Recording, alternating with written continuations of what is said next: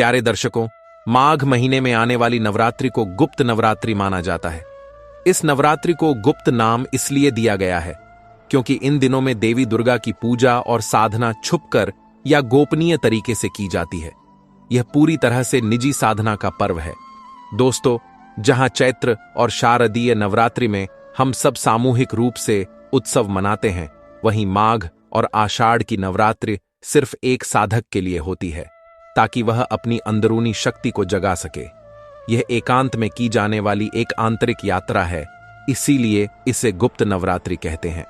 प्यारे दर्शकों, गुप्त नवरात्रि वह पर्व है जब बाहरी संसार की आवाजें धीमी हो जाती हैं और भीतर की चेतना बोलने लगती है। दुनिया बड़े बड़े उत्सवों में व्यस्त होगी, लेकिन एक सच्चा साधक इस समय एकांत में अपनी ऊर्जा को एक नई दिशा दे रहा होगा। यदि आप इस कथा को सुन रहे हैं तो अपने मन के समस्त द्वारों को खोल लीजिए और यह समझ लीजिए कि यह केवल संयोग नहीं है। यह आपके जीवन की किसी गहरी पुकार का उत्तर है जो आपको साल 2026 के इस विशेष क्षण तक खींच लाई है। शायद आप जीवन की किसी भीड़ में खोए हुए थे या किसी मोड़ पर रास्ता खोज रहे थे, परंतु आज सब कुछ बदलने वाला है। गुप्त नवरात्रि का अर्थ है भीतर की यात्रा।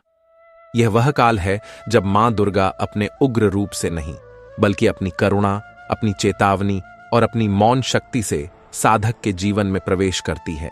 वे आपके उन बंधनों को तोड़ने आ रही हैं जो आपको आगे बढ़ने से रोक रहे हैं।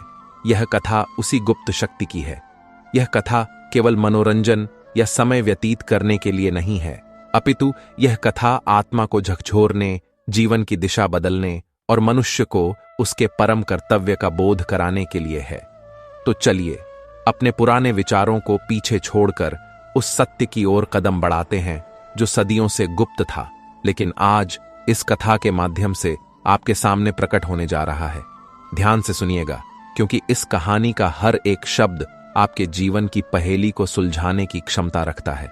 प्यारे दर्शक बंधुओं, बहुत प्राचीन समय की बात है। वह युग जब न तो भौतिक सुख थे और न ही व्यर्थ का दिखावा था। जीवन सीधा था पर संघर्षों से भरा हुआ था। मनुष्य प्रकृति पर निर्भर था और प्रकृति मनुष्य के कर्मों पर। उसी कालखंड में एक छोटा सा गांव था जिसका नाम था शांतिवन। नाम के विपरीत उस गांव में अब शांति शेष नहीं बची थी। वहां हर चेहरा चिंता से भरा था, हर आंख भविष्य के भय से डरी हुई थी और हर हृदय में एक अनजाना कंपन था। उस गांव में एक साधारण सा परिवार रहता था। पिता का नाम हरिप्रसाद था, जो एक ईमानदार, परिश्रमी और धर्मपरायण व्यक्ति थे। उनका जीवन सत्य और निष्ठा की धुरी पर घूमता था। माता का नाम शांता था, जो सहनशील, ममतामयी और त्याग की प्रतिमूर्ति थीं। उनके भीतर भारतीय नारी का वह आदर्श जीवित था जो स्वयं विष पीकर परिवार को अमृत देती है। उनकी संतान थी सीता, एक साधारण सी दिखने वाली पर असाधारण आत्मा। सीता की आंखों में वह गहराई थी जो केवल बहुत पुराने पुण्य लेकर जन्म लेने वालों में होती है। उसकी दृष्टि में एक ऐसा प्रश्न था जिसका उत्तर संसार के पास नहीं था। समय ने करवट बदली और नियति ने अपनी कठोर परीक्षा आरंभ की।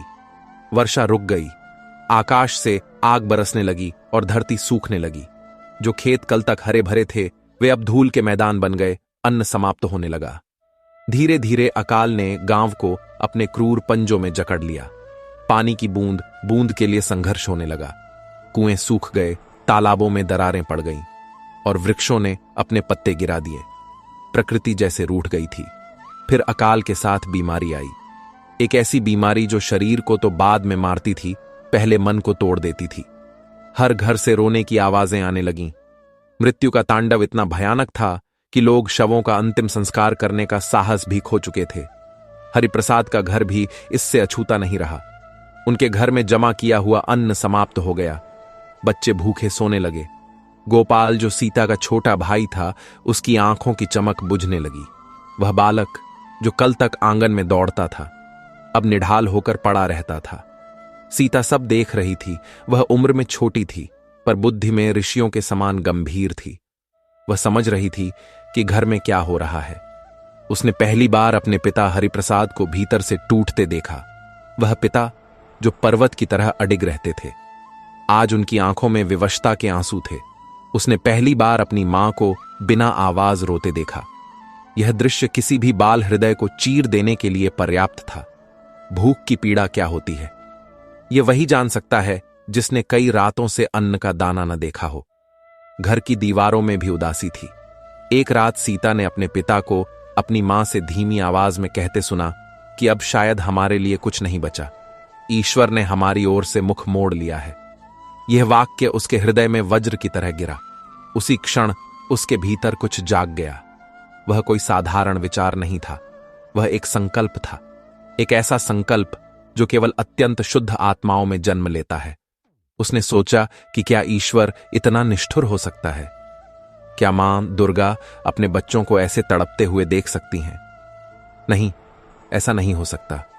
कमी हमारी प्रार्थना में हो सकती है, कमी हमारी पुकार में हो सकती है, पर मां की ममता में कमी नहीं हो सकती। उसने निश्चय किया कि वह अपने परिवार को और अपने गांव को ऐसे नहीं मरने देगी, चाहे इसके लिए उसे स्वयं को ही क्यों न मिटाना पड़े। यह त्याग की भावना ही अध्यात्म का प्रथम चरण है। जब हम अपने से ऊपर उठकर दूसरों के लिए सोचते हैं, तभी हम परमात्मा के निकट पहुंचते हैं। रात के गहरे सन्नाटे में जब पूरा गांव भूख और भय के साए में सो रहा था, वह घर से निकली। उसने न कोई आशीर्वाद लिया, न किसी को बताया, क्योंकि उसे पता था कि यदि उसने बताया तो उसे रोका जाएगा, मोह उसे जकड़ लेगा और उसका संकल्प डगमगा सकता है। उसने सुना था एक प्राचीन देवी स्थल के बारे में जो घने जंगलों के उस पार दुर्गम पहाड़ियों में स्थित था। किंवदंतियां थीं कि वहां मां दुर्गा कठोर तपस्या से ही प्रकट होती हैं। वह बालिका जानती नहीं थी कि तपस्या क्या होती है। उसे वैदिक मंत्र नहीं आते थे, उसे पूजा की क्लिष्ट विधि नहीं आती थी। उसे तो बस इतना पता था कि मां को कैसे पुकारा जाता है। उसके पास था एक ही अस्त्र, और वह था उसका सच्चा भाव। वह नंगे पैर ही निकल पड़ी। रास्ता आसान नहीं था। नुकीले पत्थर उसके कोमल पैरों को वेध रहे थे। झाड़ियों के कांटे उसके वस्त्रों और शरीर को घायल कर रहे थे। अंधेरा इतना घना था कि हाथ को हाथ नहीं सूझता था। जंगली जानवरों की डरावनी आवाजें वातावरण को भयावह बना रही थीं, पर सीता के भीतर एक ही धुन थी। उसे न भय लग रहा था, न पीड़ा हो रही थी। उसका मन तो अपने परिवार और गांव के दुख में लीन था। वह कई दिनों तक चलती रही, भूख, प्यास, भय और दर्द सब सहती रही। उसके पैरों से रक्त बहता रहा और वह रक्त धरती पर गिरकर उसके संघर्ष की गवाही दे रहा था। कांटों ने उसके शरीर को घायल किया, पर वह रुकी नहीं, क्योंकि उसके सामने अपने भाई गोपाल का मुरझाया हुआ चेहरा था। उसके कानों में अपनी मां की वह मूक रुलाई गूंज रही थी। अध्यात्म कहता है कि जब लक्ष्य बड़ा हो और संकल्प सच्चा हो, तो शरीर की सामर्थ्य समाप्त होने पर भी आत्मा की शक्ति आपको चलाती रहती है। अंततः वह उस स्थान पर पहुंची। वहां एक टूटा फूटा मंदिर था, सदियों से उपेक्षित। वहां कोई पुजारी नहीं था, कोई दीप नहीं जल रहा था। चारों ओर केवल एक भयावह मौन और एक धुंधली प्रतिमा थी। मंदिर की दीवारों पर काई जमी थी और छत से धूल गिर रही थी, पर सीता को वहां साक्षात शक्ति का आभास हुआ। वह वहीं बैठ गई, न भोजन न जल, केवल एक पुकार। उसने कहा कि हे मां, यदि तू सच में है तो मेरी सुन। मैं जानती हूं कि मैं अज्ञानी हूं, मुझे मंत्र नहीं आते, मुझे स्तुति नहीं आती, पर मुझे यह पता है कि तू जगत जननी है। क्या एक मां अपने बच्चों को ऐसे मरते हुए देख सकती है? दिन बीतते गए, रातें बीतती गईं, सूरज निकलता और डूब जाता। सीता अपनी जगह से नहीं हिली। उसका शरीर अब जवाब देने लगा था। भूख और प्यास से उसका कंठ सूख गया था, हड्डियां दिखने लगी थीं, पर उसकी आत्मा प्रखर होती गई। जैसे जैसे शरीर कमजोर पड़ रहा था, उसकी आंतरिक चेतना और अधिक जागृत हो रही थी। वह कभी गिरती, कभी उठती और फिर बैठ जाती। उसका जाप कोई शब्दों का नहीं था, वह आंसुओं का जाप था। वह पीड़ा का मंत्र था, वह मौन का नाद था जो ब्रह्मांड के उस पार तक जा रहा था। शास्त्रों में कहा गया है कि जब वाणी मौन हो जाती है, तब हृदय की पुकार ईश्वर तक सबसे तीव्र गति से पहुंचती है। दिव्य लोक में, जहां समय और स्थान का कोई बंधन नहीं है, वहां मां दुर्गा सब देख रही थीं। उन्होंने अनगिनत युद्ध देखे थे, अनगिनत राक्षसों का वध किया था, महिषासुर और शुंभ निशुंभ जैसे महाबलियों को परास्त किया था। पर इस नन्ही सी बालिका का संघर्ष उन्हें विचलित कर रहा था, क्योंकि यह युद्ध बाहर का नहीं था, यह युद्ध भीतर का था। यह युद्ध किसी शत्रु से नहीं था, यह युद्ध अपने ही शरीर और प्रारब्ध से था। देवताओं ने भी इस तपस्या को देखा और चकित रह गए। इतनी छोटी आयु में इतना वैराग्य, इतना त्याग और इतना संकल्प, यह साधारण नहीं था। जब सीता मृत्यु के बिल्कुल निकट पहुंच गई, जब उसकी सांसें उखड़ने लगीं और जीवन का अंतिम सूत्र टूटने को हुआ, तब मां का हृदय पिघल गया। ब्रह्मांड के नियम टूटे, मर्यादा झुकी, प्रकृति स्तब्ध रह गई और मां दुर्गा प्रकट हुई। उनका रूप अत्यंत भव्य था। करोड़ों सूर्यों का तेज उनके मुखमंडल पर था, पर उनकी आंखों में केवल और केवल ममता थी। वह तेज ऐसा था जिसे चर्म आंखों से नहीं देखा जा सकता था। मां ने सीता को अपनी गोद में उठाया, उसके क्षत विक्षत शरीर को नहीं, उसकी पवित्र आत्मा को स्पर्श किया। मां के स्पर्श मात्र से सीता की सारी पीड़ा कपूर की भांति उड़ गई। उसके घाव भर गए, शरीर में नवजीवन का संचार हुआ। मां ने अत्यंत मधुर वाणी में कहा कि हे पुत्री, तूने मुझे किसी लालच से नहीं बुलाया, तूने मुझे किसी अहंकार की तुष्टि के लिए नहीं पुकारा, तूने मुझे भोग से नहीं भाव से बुलाया है। संसार मुझे पाने के लिए कर्मकांड करता है, आडंबर करता है, परंतु तूने स्वयं को ही होम कर दिया। इसलिए आज से यह दिन गुप्त नवरात्रि का प्रथम दिन कहलाएगा, क्योंकि इस दिन मनुष्य को यह याद दिलाया जाएगा कि इस ब्रह्मांड की सबसे बड़ी शक्ति प्रेम और त्याग है। मंत्र और तंत्र साधन मात्र हैं, साध्य तो केवल शुद्ध भाव है। मां ने वर दिया। उसी क्षण आकाश में बादल घिर आए, ठंडी हवाएं चलने लगीं और फिर वर्षा हुई। ऐसी वर्षा जिसने वर्षों की प्यास बुझा दी। सूखी धरती फिर से हरी होने लगी, गांव के कुएं भर गए, रोग मिटने लगे। जो लोग मृत्यु की शैया पर थे वे उठ खड़े हुए। शांतिवन में फिर से जीवन लौट आया। हरिप्रसाद ने देखा कि यह चमत्कार है। गोपाल की आंखों में चमक लौट आई। पूरा गांव खुशी से झूम उठा, पर किसी को यह नहीं पता था कि इस चमत्कार के पीछे उस नन्ही सीता का कितना बड़ा बलिदान था। परंतु मां दुर्गा केवल वर देकर नहीं गईं, उन्होंने सीता के माध्यम से संपूर्ण मानवता को एक चेतावनी भी दी, एक ऐसा ज्ञान दिया जो आज के इस घोर कलयुग में अत्यंत प्रासंगिक है। मां ने कहा कि हे मनुष्यों, यदि तुम केवल दिखावे में पूजा करोगे और भीतर से सूखे रहोगे तो मेरी शक्ति तुमसे दूर हो जाएगी। यदि तुम मेरे नाम पर घी के दीप जलाओ पर तुम्हारे द्वार पर खड़े किसी भूखे को अनदेखा करो तो वह दीप व्यर्थ है, उसका प्रकाश केवल कालिख पैदा करेगा। यदि तुम मंदिरों में 56 भोग लगाओ पर किसी प्यासे को पानी न पिला सको तो वह भोग मुझे स्वीकार नहीं है। मां ने यह भी कहा कि जब तुम किसी दुखी को गले लगाते हो, किसी गिरते हुए को सहारा देते हो, किसी रोते हुए के आंसू पोंछते हो, तब मैं तुम्हारे हाथों से कार्य करती हूं। मैं मूर्तियों में उतनी नहीं हूं जितनी मैं किसी की सेवा में हूं। सीता वापस लौटी। उसने किसी को नहीं बताया कि उसने क्या किया। वह पहले की तरह ही साधारण बनी रही। यही सच्चे साधक की पहचान है। वह अपनी उपलब्धि का ढिंढोरा नहीं पीटता। वह जानता है कि जो कुछ भी हुआ वह उसकी शक्ति नहीं थी, वह तो उस परम शक्ति की कृपा थी। गुप्त नवरात्रि का यही रहस्य है। यह बाहर नहीं, भीतर घटता है। यह प्रदर्शन का नहीं, दर्शन का पर्व है। यह शोर का नहीं, शून्य का उत्सव है। आज भी जब गुप्त नवरात्रि आती है तो मां देखती हैं, आज भी वे प्रतीक्षा करती हैं किसी सीता की, किसी ऐसे सच्चे हृदय की जो अपने लिए नहीं बल्कि जगत के कल्याण के लिए प्रार्थना करे। आज हम जिस दौर में जी रहे हैं वहां धर्म के नाम पर बहुत शोर है, परंतु क्या हमारे भीतर वह मौन है जहां मां की आवाज सुनी जा सके?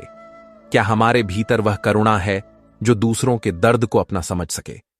यदि आप यह कथा सुन रहे हैं तो यह समय है गहन आत्मनिरीक्षण का। यह समय है अपने भीतर के राक्षसों को देखने का। वे राक्षस जो काम, क्रोध, लोभ और अहंकार के रूप में हमारे भीतर बैठे हैं। यह समय है करुणा को जगाने का। मां दुर्गा का आंचल आज भी खुला है। उनकी कृपा आज भी बरस रही है, पर वह केवल उन्हीं के लिए है जिनका हृदय निर्मल है, जिनका मन दर्पण की तरह साफ है। याद रखिए, जीवन में विपत्तियां हमें तोड़ने के लिए नहीं बल्कि हमें जोड़ने के लिए आती हैं। वे हमें हमारी वास्तविक शक्ति से परिचित कराने आती हैं। जैसे सोने को चमकने के लिए आग से गुजरना पड़ता है, वैसे ही आत्मा को निखरने के लिए संघर्ष की आग में तपना पड़ता है। हम केवल मूर्ति पूजक नहीं बनेंगे बल्कि हम उन गुणों की पूजा करेंगे जो मां दुर्गा का प्रतीक हैं। हम शक्ति का प्रयोग निर्बलों की रक्षा के लिए करेंगे। हम ज्ञान का प्रयोग अज्ञान के अंधकार को मिटाने के लिए करेंगे। हम धन का प्रयोग दूसरों की सहायता के लिए करेंगे। यही सच्ची साधना है। यही सच्ची गुप्त नवरात्रि है। जब आप अपने अहंकार को त्याग कर समर्पण के भाव में आते हैं, तभी शक्ति का जागरण होता है। यह कथा एक दर्पण है जिसमें आप अपनी आत्मा का प्रतिबिंब देख सकते हैं। क्या हम सीता की तरह निस्वार्थ बन सकते हैं? यह प्रश्न हमें स्वयं से पूछना होगा, और जिस दिन हमें इसका उत्तर मिल जाएगा, उस दिन हमारा जीवन सार्थक हो जाएगा। उस दिन हमें मां को खोजने के लिए कहीं जाना नहीं पड़ेगा, वे हमारे भीतर ही प्रकट हो जाएंगी।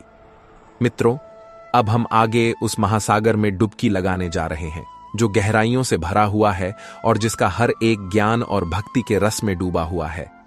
अब आगे का यह प्रसंग केवल एक कथा नहीं है, बल्कि यह मानव जीवन की उन अनसुलझी गुत्थियों को सुलझाने का एक माध्यम है जो हमें अक्सर अंधकार की ओर धकेल देती है।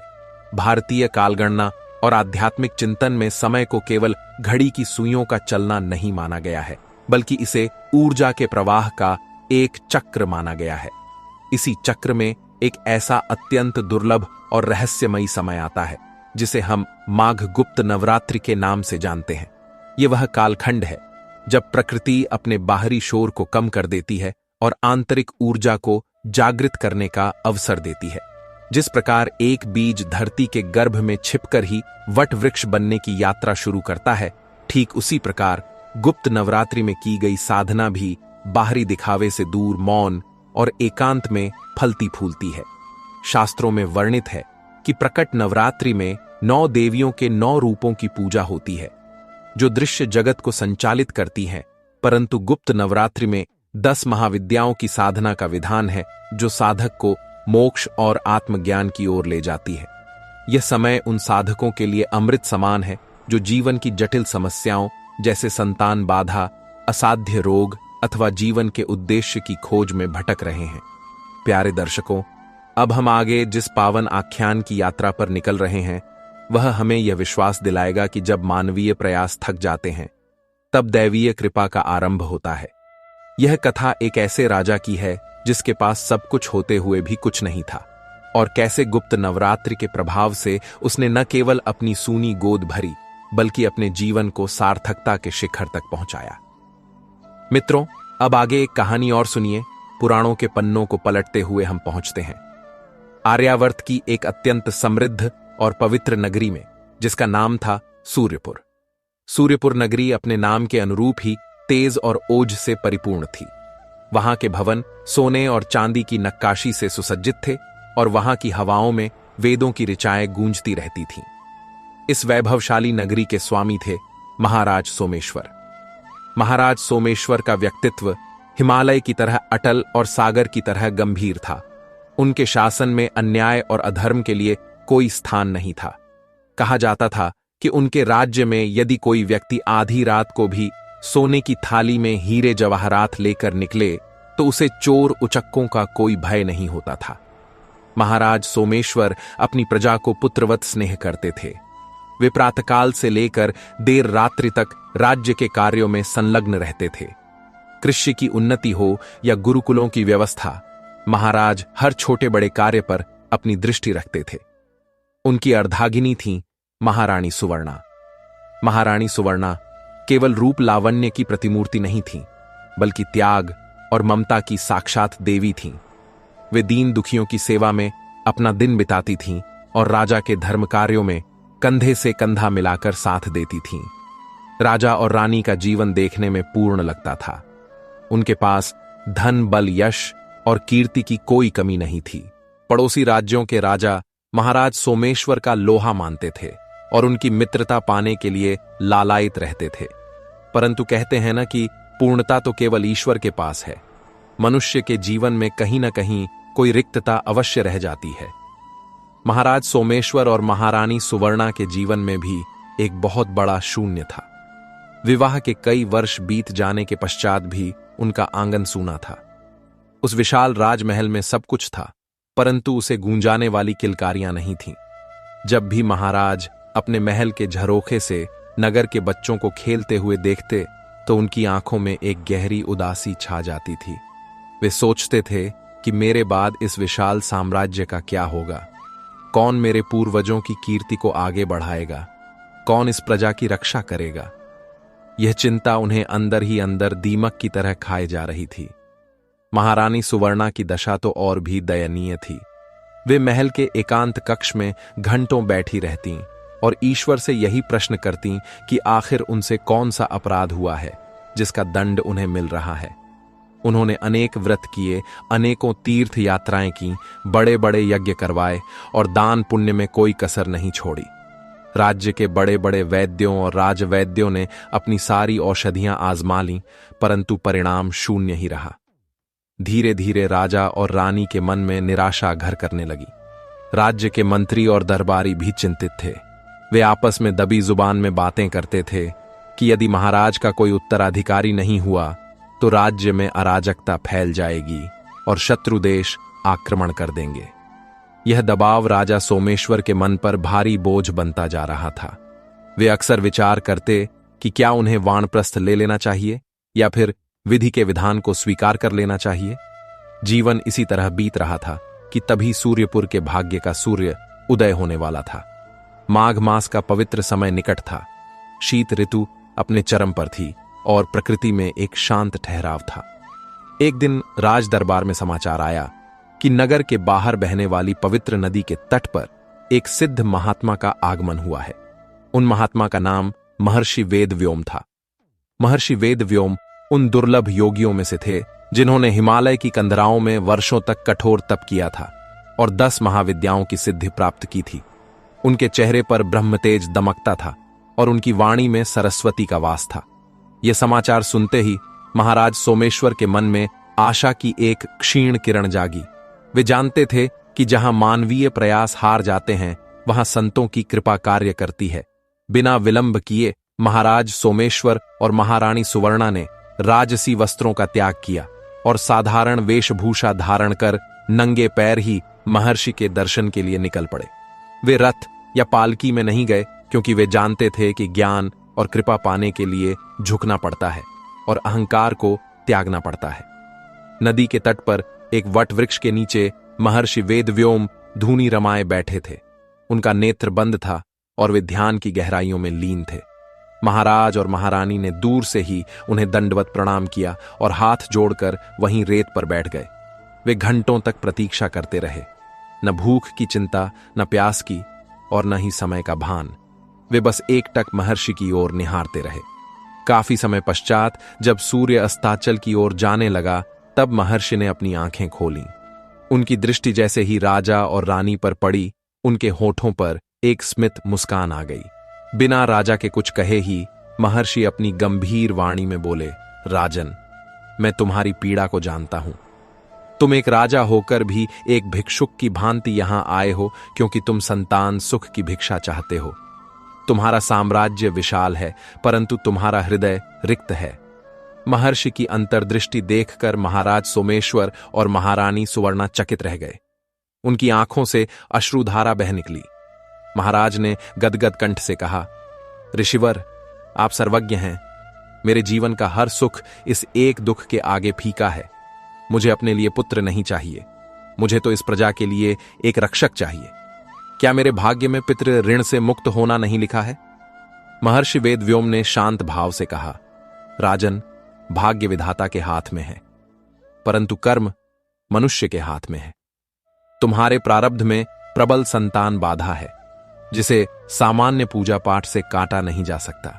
इसके लिए तुम्हें शक्ति के उस स्रोत की आराधना करनी होगी जो गुप्त और अत्यंत प्रभावशाली है।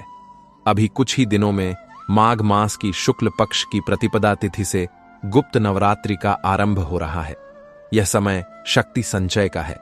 यदि तुम और महारानी सुवर्णा पूर्ण निष्ठा, संयम और ब्रह्मचर्य का पालन करते हुए 10 महाविद्याओं की अधिष्ठात्री मां आदिशक्ति की गुप्त साधना करो तो असंभव भी संभव हो सकता है। परंतु स्मरण रहे राजन, यह साधना तलवार की धार पर चलने के समान है। इसमें तनिक भी त्रुटि या मन का भटकाव परिणाम को खंडित कर सकता है। क्या तुम इस कठिन तप के लिए तैयार हो? राजा और रानी ने दृढ़ निश्चय के साथ सिर झुकाया और कहा, गुरुदेव, हम हर परीक्षा के लिए तैयार हैं, हमें मार्गदर्शन दें। महर्षि ने उन्हें दीक्षा दी और एक विशिष्ट मंत्र प्रदान किया। उन्होंने बताया कि 9 दिनों तक उन्हें भूमि शयन करना होगा, केवल फलाहार करना होगा और अखंड ज्योति जलाकर दिन रात मां के ध्यान में लीन रहना होगा। राजा और रानी महल लौट आए और उन्होंने राजकाज मंत्रियों को सौंप दिया। उन्होंने महल के एक एकांत कक्ष को तपस्थली बनाया। माघ गुप्त नवरात्रि के पहले दिन उन्होंने घट स्थापना की और अखंड ज्योति प्रज्वलित की। उस दिन से उनका जीवन बदल गया। वे राजसी सुखों को भूलकर एक तपस्वी की भांति साधना में जुट गए। मंत्रों के निरंतर जाप से महल का वातावरण चार्ज होने लगा। हर दिन उनकी साधना गहरी होती गई। शुरू के 4 दिन निर्विघ्न बीते, परंतु जैसे जैसे साधना अपनी पूर्णता की ओर बढ़ रही थी, नकारात्मक शक्तियां उनकी परीक्षा लेने के लिए सक्रिय हो गईं। शास्त्रों में कहा गया है कि जब भी कोई महान कार्य होने वाला होता है तो बाधाएं अवश्य आती हैं। 5वीं रात्रि को जब राजा और रानी गहरे ध्यान में थे, अचानक मौसम बदल गया। महल के बाहर भयानक आंधी चलने लगी, खिड़कियां खड़खड़ाने लगीं और हवा के तेज झोंके उस कक्ष में प्रवेश करने लगे जहां अखंड ज्योति जल रही थी।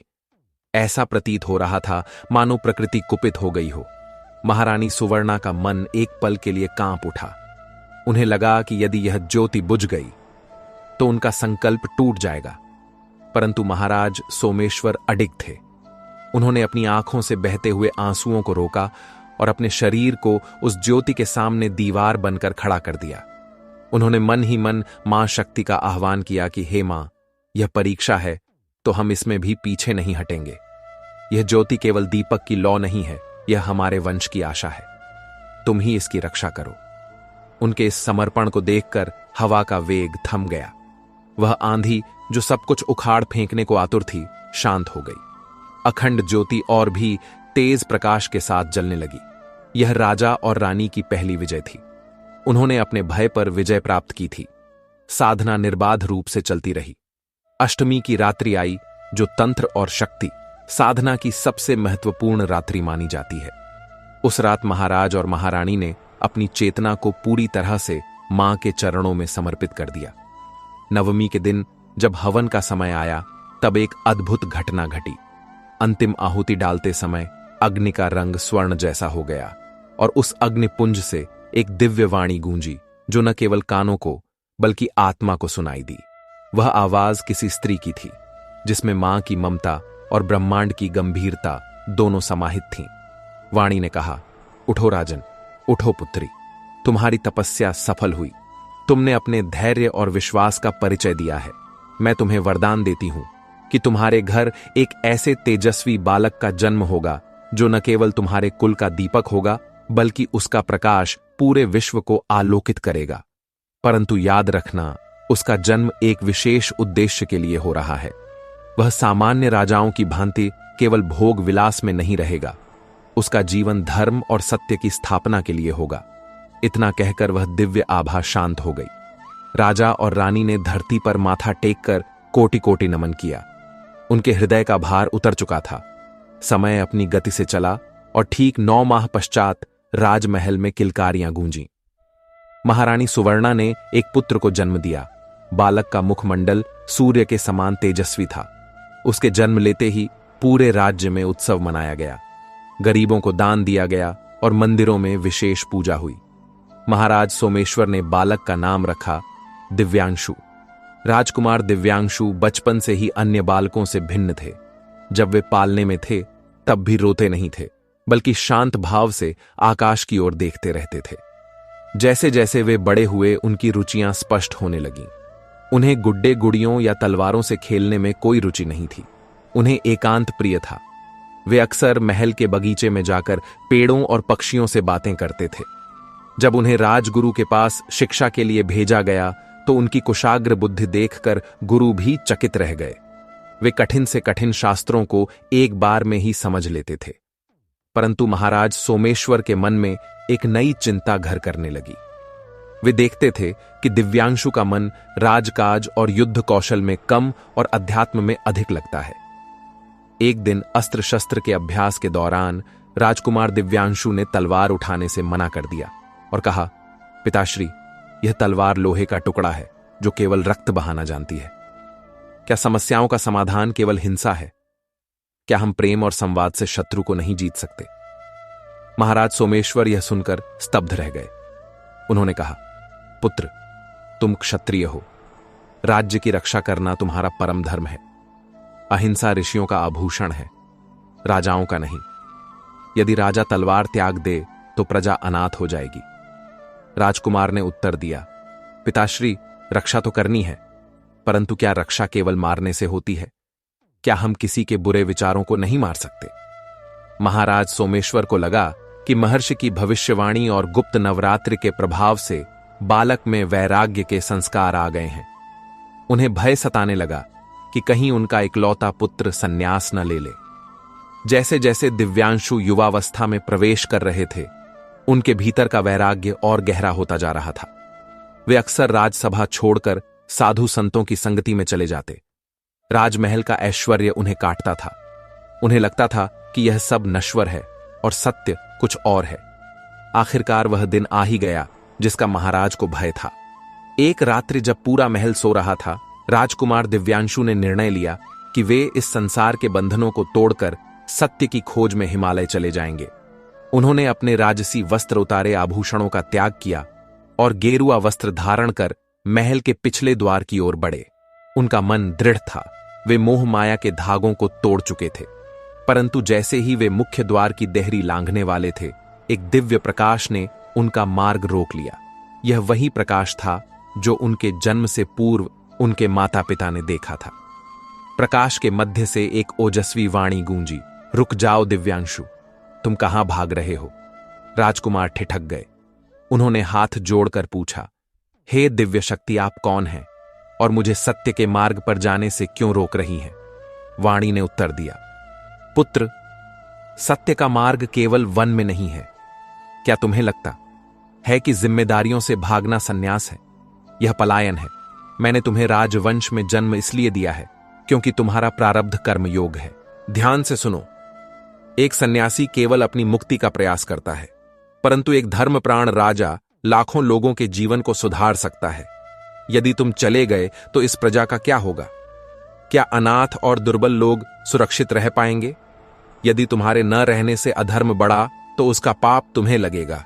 सच्ची साधना वह है जो संसार के बीच रहकर की जाए, कमल के पुष्प की भांति जो कीचड़ में रहकर भी उससे निर्लिप्त रहता है। तुम्हें राज करना है, परंतु आसक्ति से नहीं बल्कि कर्तव्य भाव से। अपनी तलवार को धर्मदंड बनाओ और अपने सिंहासन को सेवा का आसन। इस दिव्य ज्ञान ने राजकुमार दिव्यांशु की आंखें खोल दी। उनका भ्रम टूट गया। उन्हें समझ आ गया कि जीवन का उद्देश्य भागना नहीं बल्कि जागना है। वे अपने कक्ष में लौट आए और पुनराजसी वस्त्र धारण किए। अगली सुबह जब वे राज दरबार में आए तो उनके चेहरे पर एक अद्भुत तेज था। महाराज सोमेश्वर उन्हें देखकर समझ गए कि उनका पुत्र अब बालक नहीं रहा बल्कि एक सिद्ध पुरुष बन गया है। कुछ समय पश्चात महाराज सोमेश्वर ने राजकुमार दिव्यांशु का राज्याभिषेक किया। राजा बनते ही दिव्यांशु ने राज्य की परिभाषा बदल दी। उन्होंने घोषणा की कि राजा स्वामी नहीं बल्कि प्रथम सेवक है। उन्होंने न्याय व्यवस्था को इतना सुदृढ़ किया कि कोई भी शक्तिशाली व्यक्ति किसी निर्बल को सता नहीं सकता था। परंतु राजा दिव्यांशु की असली परीक्षा अभी बाकी थी। पड़ोसी राज्य का राजा, जिसका नाम राजा भैरव था, उसने सूर्यपुर की शांति को कमजोरी समझा।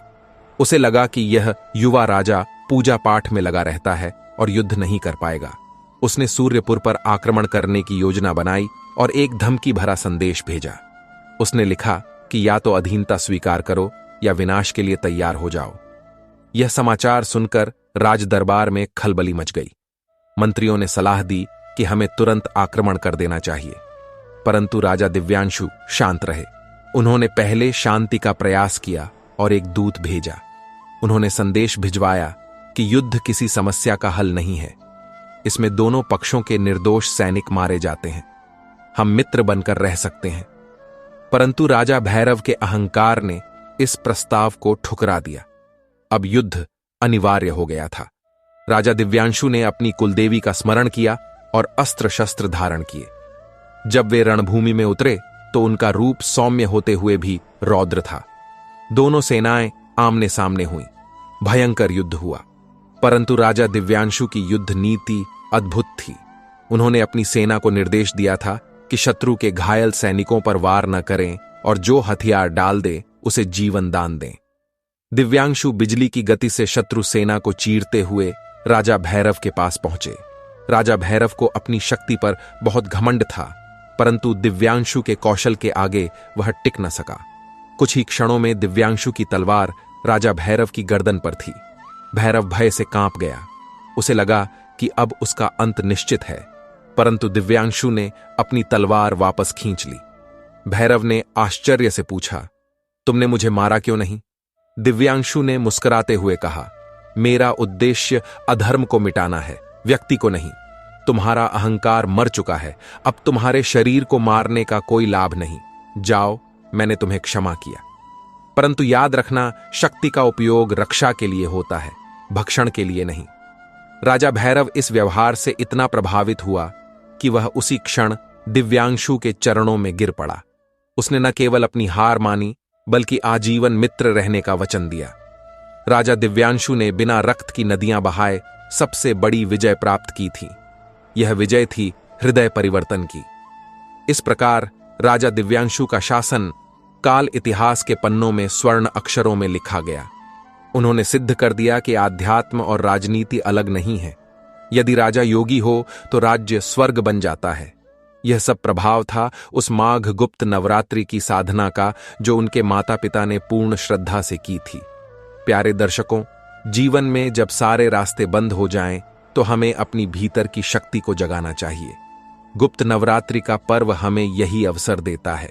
यह समय है अपने विकारों को भस्म करने का और अपनी सोई हुई चेतना को जगाने का। चाहे समस्या संतान की हो, व्यापार की हो या मन की शांति की, जब हम पूर्ण समर्पण के साथ उस आदि शक्ति की शरण में जाते हैं तो वह अवश्य सुनती है।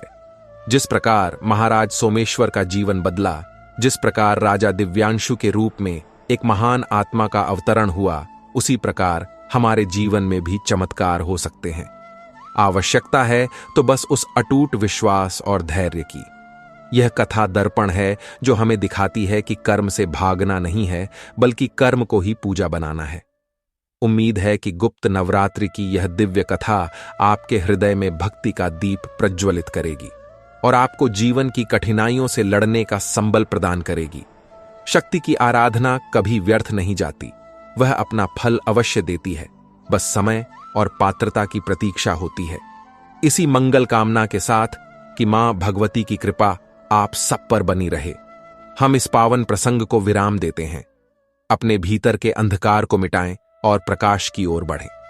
मित्रों, समय का चक्र अपनी निरंतर गति से घूमता रहा और महाराज दिव्यांशु के शासन में सूर्यपुर नगरी ने उन्नति के उन शिखरों को स्पर्श किया जिसकी कल्पना भी साधारण मनुष्य के लिए असंभव थी। राजा दिव्यांशु ने यह सिद्ध कर दिया था कि एक शासक यदि योगी के समान निसंग और पिता के समान स्नेही हो तो प्रजा का भाग्य बदल सकता है। उनके राज्य में अब केवल धन धान्य की ही वर्षा नहीं होती थी, बल्कि संस्कारों और नैतिक मूल्यों की भी फसल लहलहाती थी। गुरुकुलों में शस्त्र और शास्त्र दोनों की शिक्षा अनिवार्य कर दी गई थी, ताकि भविष्य में कोई भी शत्रु सूर्यपुर की ओर आंख उठाने का साहस न कर सके, और यदि कोई उठाए तो उसे उसी की भाषा में उत्तर दिया जा सके। राजा दिव्यांशु अक्सर वेश बदलकर रात्रि में नगर भ्रमण के लिए निकलते थे। उनका उद्देश्य किसी को दंड देना नहीं, बल्कि यह सुनिश्चित करना होता था कि उनके राज्य में कोई भी व्यक्ति दुख या अभाव में तो नहीं जी रहा। वे जानते थे कि महलों की ऊंची दीवारों के भीतर बैठकर प्रजा के आंसुओं को नहीं देखा जा सकता। इसके लिए धूल भरी सड़कों पर उतरना आवश्यक होता है। मित्रों, इसी तरह और एक बार की बात है, ग्रीष्म ऋतु का प्रकोप अपनी चरम सीमा पर था। सूर्यदेव मानो अग्नि की वर्षा कर रहे थे। नदियां सूखने लगी थीं और कुओं का जल स्तर बहुत नीचे चला गया था। आकाश में बादलों का नामो निशान नहीं था। पशु पक्षी प्यास से व्याकुल होकर प्राण त्यागने लगे थे और किसानों के चेहरों पर चिंता की लकीरें गहरी हो गई थीं। यह सूर्यपुर के लिए एक कठिन परीक्षा की घड़ी थी। राज्य के ज्योतिषियों और राजपुरोहितों ने गणना करके बताया कि ग्रहों की दशा अत्यंत प्रतिकूल है और आने वाले समय में भयंकर सूखे की संभावना है। यदि शीघ्र ही वर्षा नहीं हुई तो अकाल पड़ जाएगा और प्रजा को दाने दाने के लिए तरसना पड़ेगा। यह समाचार सुनकर राजा दिव्यांशु का हृदय द्रवित हो उठा। उन्होंने तुरंत राज्य के अन्न भंडार खोल दिए और जगह जगह प्याऊ लगवाए, परंतु वे जानते थे कि यह केवल तात्कालिक राहत है। समस्या का स्थायी समाधान प्रकृति के संतुलन को पुनर्स्थापित करने में ही था। महाराज दिव्यांशु ने अपने मंत्रियों और सभासदों से विचार विमर्श किया, परंतु कोई भी मानवीय उपाय कारगर सिद्ध होता नहीं दिख रहा था। तब राजा को अपने पिता महाराज सोमेश्वर और माता सुवर्णा द्वारा की गई उस गुप्त नवरात्रि की साधना का स्मरण हुआ, जिसके फलस्वरूप उनका जन्म हुआ था। उन्हें याद आया कि महर्षि वेदव्योम ने कहा था कि जब मानवीय प्रयास विफल हो जाएं और संकट गहरा हो, तब उस अदृश्य शक्ति की शरण में जाना चाहिए जो इस ब्रह्मांड का संचालन करती है। राजा ने निश्चय किया कि वे स्वयं अपने राज्य और प्रजा के कल्याण के लिए पुनः माघ गुप्त नवरात्रि का अनुष्ठान करेंगे। यह निर्णय केवल एक राजा का नहीं बल्कि एक भक्त का था, जो अपनी प्रजा के लिए अपने प्राणों को भी दांव पर लगाने को तैयार था। राजा ने घोषणा कर दी कि वे अगले 9 दिनों तक निर्जल और निराहार रहकर मां आदि शक्ति की कठिन तपस्या करेंगे। राजमहल के उसी कक्ष को पुण्य पवित्र किया गया जहां वर्षों पूर्व उनके माता पिता ने साधना की थी। राजा दिव्यांशु ने राजसी वस्त्र त्याग दिए और वल्कल वस्त्र धारण कर लिए। उन्होंने कुश के आसन पर बैठकर संकल्प लिया कि जब तक मां जगदंबा की कृपा से आकाश में मेघ नहीं घिर आते और धरती की प्यास नहीं बुझती, वे इस आसन से नहीं उठेंगे। यह संकल्प अत्यंत कठोर था। एक ओर भीषण गर्मी और दूसरी ओर निर्जल उपवास। प्रजा को जब अपने राजा के इस त्याग का पता चला तो पूरा सूर्यपुर भावुक हो उठा। लोगों ने भी अपने अपने घरों में पूजा पाठ आरंभ कर दिया। मंदिरों में घंटियों की गूंज और मंत्रों का उच्चारण दिन रात सुनाई देने लगा। राजा का तप और प्रजा की प्रार्थना मिलकर एक सामूहिक ऊर्जा का निर्माण कर रहे थे। साधना के 3 दिन बीत गए, परंतु आकाश में सूर्य की तपिश कम नहीं हुई। राजा का शरीर सूखने लगा था, होंठ फट गए थे, परंतु उनका मेरुदंड सीधा था और ध्यान अडिग। वे अपने भीतर उस शीतलता को खोज रहे थे जो बाहर की गर्मी को शांत कर सके। चौथे दिन की रात्रि में राजा को तंद्रा अवस्था में एक अनुभूति हुई। उन्हें लगा कि वे किसी घने वन में हैं, जहां एक सूखी नदी के तट पर एक वृद्ध स्त्री बैठी रो रही है। राजा ने पास जाकर पूछा, मां, तुम कौन हो और क्यों रो रही हो? वृद्धा ने कहा, बेटा, मैं वसुंधरा हूं। मनुष्यों के पाप और प्रकृति के शोषण ने मेरी छाती जला दी है। जब तक मनुष्य प्रकृति का सम्मान नहीं करेगा और भोग की जगह त्याग को नहीं अपनाएगा, तब तक यह ताप शांत नहीं होगा। राजा दिव्यांशु हड़बड़ा कर जागे। उन्हें समझ आ गया कि यह सूखा केवल प्राकृतिक आपदा नहीं है, बल्कि यह एक चेतावनी है। उन्होंने अपनी साधना को और गहरा किया। उन्होंने मां शक्ति से प्रार्थना की कि वे मनुष्यों की भूलों को क्षमा करें और उनकी बुद्धि को शुद्ध करें। मित्रों, साधना का 7वां दिन था। राजा की स्थिति अत्यंत नाजुक हो गई थी। राजवैद्य चिंतित थे, परंतु राजा ने किसी भी औषधि को लेने से मना कर दिया। तभी चमत्कार हुआ। माघ मास के उस वातावरण में अचानक ठंडी हवा का झोंका आया। महल के दीपकों की लौ फड़फड़ाने लगी। आकाश में जो सूरज कल तक आग उगल रहा था, उसे काले बादलों ने घेरना शुरू कर दिया। देखते ही देखते पूरा आकाश मेघों से भर गया। बिजली की कड़कड़ाहट ने मानो घोषणा कर दी कि मां शक्ति ने अपने भक्त की पुकार सुन ली है। और फिर वर्षा की पहली बूंद धरती पर गिरी। वह बूंद पानी नहीं बल्कि अमृत थी। मूसलाधार वर्षा शुरू हो गई। सूखी नदियां फिर से कलकल करने लगीं, पेड़ पौधे हरे भरे हो गए और मोर नाचने लगे। प्रजा खुशी से झूम उठी। लोग राजमहल के बाहर एकत्रित होकर राजा दिव्यांशु की जय जयकार करने लगे। राजा दिव्यांशु ने अपना व्रत तोड़ा और बाहर आकर प्रजा का अभिवादन स्वीकार किया। उन्होंने कहा, यह मेरी तपस्या का फल नहीं है, यह आप सबके विश्वास और मां जगदंबा की करुणा का परिणाम है। इस घटना ने राजा दिव्यांशु को यह सिखा दिया कि राजा केवल शासन करने के लिए नहीं होता, बल्कि वह प्रकृति और प्रजा के बीच का सेतु होता है। उन्होंने इसके बाद राज्य में पर्यावरण संरक्षण के कड़े नियम बनाए। वृक्षों को काटना अपराध घोषित कर दिया गया और जल स्रोतों की पूजा अनिवार्य कर दी गई। सूर्यपुर अब केवल एक समृद्ध राज्य नहीं, बल्कि एक तपोभूमि बन गया था, जहां प्रकृति और मनुष्य का सह अस्तित्व था। वर्ष बीतते गए और राजा दिव्यांशु वृद्धावस्था की ओर बढ़ने लगे। उनके बाल श्वेत हो गए थे, परंतु उनके चेहरे का तेज और भी बढ़ गया था। उन्होंने अपने जीवन में धर्म, अर्थ, काम और मोक्ष चारों पुरुषार्थों का पालन किया था। अब उन्हें लगने लगा था कि उनकी यात्रा का अंतिम चरण निकट आ गया है। उन्होंने विचार किया कि जिस प्रकार एक पका हुआ फल पेड़ से स्वयं अलग हो जाता है, उसी प्रकार मनुष्य को भी समय आने पर संसार के बंधनों से मुक्त हो जाना चाहिए। उन्होंने अपने उत्तराधिकारी के रूप में अपने पुत्र का राज्याभिषेक किया और उसे वही शिक्षा दी जो उन्हें उस दिव्य वाणी से प्राप्त हुई थी। उन्होंने कहा, पुत्र, यह सिंहासन फूलों की सेज नहीं है, यह कांटों का ताज है। यहां तुम्हें अपनी नींद बेचकर प्रजा का चयन खरीदना होगा। शक्ति का कभी दुरुपयोग मत करना और सदैव याद रखना कि तुम केवल एक न्यासी हो, स्वामी नहीं। इसके पश्चात राजा दिव्यांशु ने राजपाट त्याग दिया और उसी वन की ओर प्रस्थान किया जहां जाने का प्रयास उन्होंने अपनी युवावस्था में किया था। इस बार उन्हें रोकने वाला कोई नहीं था, क्योंकि अब वे अपनी जिम्मेदारियों से भाग नहीं रहे थे, बल्कि उन्हें पूरा करके जा रहे थे। उन्होंने हिमालय की कंदराओं में जाकर शेष जीवन ध्यान और समाधि में बिताया। कहते हैं कि माघ गुप्त नवरात्रि की 9वीं तिथि को ही उन्होंने अपनी देह का त्याग किया और उसी दिव्य ज्योति में विलीन हो गए जहां से वे आए थे। उनकी कथा आज भी सूर्यपुर के लोकगीतों में गूंजती है और आने वाली पीढ़ियों को त्याग और भक्ति का मार्ग दिखाती है।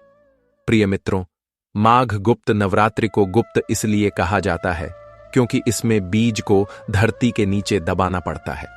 जैसे बीज अंधेरे में ही अंकुरित होता है, वैसे ही हमारी साधना भी मौन और एकांत में फलती है। आज के युग में हम प्रदर्शन में विश्वास रखते हैं, हम अपनी भक्ति का भी विज्ञापन करते हैं, परंतु शक्ति कहती है कि मुझे बाहर मत खोजो, मैं तुम्हारे भीतर हूं। यह नवरात्रि हमें अंतर्मुखी होने का संदेश देती है। हमारे जीवन में आने वाले कष्ट, चाहे वे शारीरिक हों, मानसिक हों या आर्थिक, वे हमें तोड़ने के लिए नहीं बल्कि हमें जोड़ने के लिए आते हैं। वे हमें उस परम शक्ति से जोड़ने का अवसर होते हैं जिसे हम सुख के दिनों में भूल जाते हैं। राजा सोमेश्वर की संतान बाधा ने उन्हें संत के चरणों तक पहुंचाया। अकाल के संकट ने राजा दिव्यांशु को पुनः तपस्या की ओर मोड़ा। इसका अर्थ यह है कि प्रतिकूल परिस्थितियां ईश्वर का निमंत्रण पत्र हैं। यदि आपके जीवन में भी अंधकार है, संघर्ष है और कोई रास्ता नहीं दिख रहा, तो निराश मत होइए। हो सकता है कि यह वही क्षण है जब आपको गुप्त नवरात्रि जैसी साधना के माध्यम से अपने भीतर की शक्ति को जगाना है। 10 महाविद्याएं भय उत्पन्न करने वाली नहीं हैं, बल्कि वे भय का नाश करने वाली हैं। वे हमें बताती हैं कि मृत्यु भी जीवन का एक रूप है और विनाश में ही सृजन का बीज छिपा है। इस पावन कथा को सुनने वाले प्रत्येक श्रोता से मेरा यही अनुरोध है कि वे अपने जीवन में कुछ समय एकांत के लिए अवश्य निकालें। प्रतिदिन कुछ क्षण मौन रहे और अपनी अंतरात्मा की आवाज सुने। जिस दिन आप अपने भीतर के शोर को शांत कर लेंगे, उस दिन आपको बाहर के किसी गुरु या मंदिर की आवश्यकता नहीं पड़ेगी, क्योंकि तब आपका शरीर ही मंदिर बन जाएगा और आपकी आत्मा ही देवता होती है। प्यारे दर्शकों, गुप्त नवरात्रि की यह गुप्त ऊर्जा केवल आप तक सीमित न रहे। इस ज्ञान रूपी दीपक को आगे बढ़ाएं और वीडियो को शेयर कर दूसरों के जीवन में भी प्रकाश लाएं। यदि आप सनातन धर्म और गूढ़ रहस्यों को और गहराई से जानना चाहते हैं, तो चैनल को सब्सक्राइब करें और लाइक बटन दबाकर हमारा उत्साह बढ़ाएं। मां आदिशक्ति का आशीर्वाद आप सभी पर बना रहे।